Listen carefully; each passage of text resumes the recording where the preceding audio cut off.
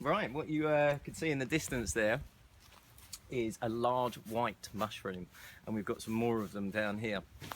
I'm Marlo from Wild Food UK, and it's the 10th of December, so we're into winter, and we've got this quite large mushroom down here looking reasonably healthy. The truth is, if he was properly fresh, he would be pretty much pure white.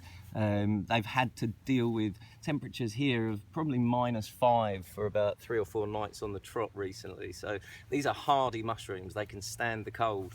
They're also really, really tasty. This is the trooping funnel.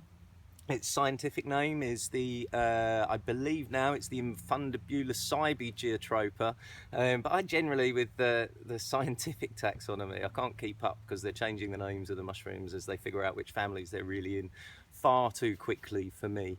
You might know this mushroom as the Clitocybe geotropa. Either way, for me, this is pretty much the unsung hero of the edible mushroom world. You get absolutely loads of these in late autumn, growing in vast troops. That's why we started with a distance shot there. That's about 20 or 30 feet away, that mushroom. We've got this youngster here, and if we continue along, you can see the troop all looking a little bit tired. Continues here, there's another one here, and if you make your way around the back of that tree there, I've picked the biggest ones from the troop because it continued about another 20 feet in that direction. So this troop could possibly be 50 feet long, of lovely edible late autumn and winter mushrooms. This young one here is probably showing one of its key features better than any of these older ones, so I'll show you that on this one. You can see slightly here, although the cap's a little bit deformed, there is a nipple or an umbo in the middle of the young Clitocybe geotropa, and they always have this stout white stem. The gills run down the stem, as you can see, and the whole mushroom, as I say, when truly fresh, would have been pure white. Now we've got these more mature ones here, and you can see there's still actually the remains of the nipple or the umbo in the middle of even this middle-aged one. And we'll have a look at this giant over here. You can see this one's dinner plate size. The nipple is pretty much undiscernible now at this stage, but you can see this giant mushroom here.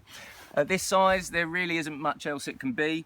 A big white mushroom like this, you've got the Leucopaxillus giganteus, I think that might still be its name, or the giant funnel. No worries in mistaking this for that mushroom because that one is edible. And then you've also got the fleecy milkcap, which is a big white mushroom that can easily get to this size too.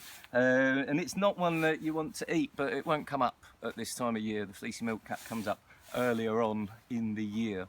When small, there is, I suppose, the small chance that you might mistake a white funnel-shaped mushroom like this for the Clitocybe rivulosa or the Clitocybe dealbata. Now, both of those mushrooms are actually deadly, but they don't get to anything like this size or have anything like as stout a stem, which I'm about to show you. I'll cut through this one, which is in just about the best condition here, and the stem is tough.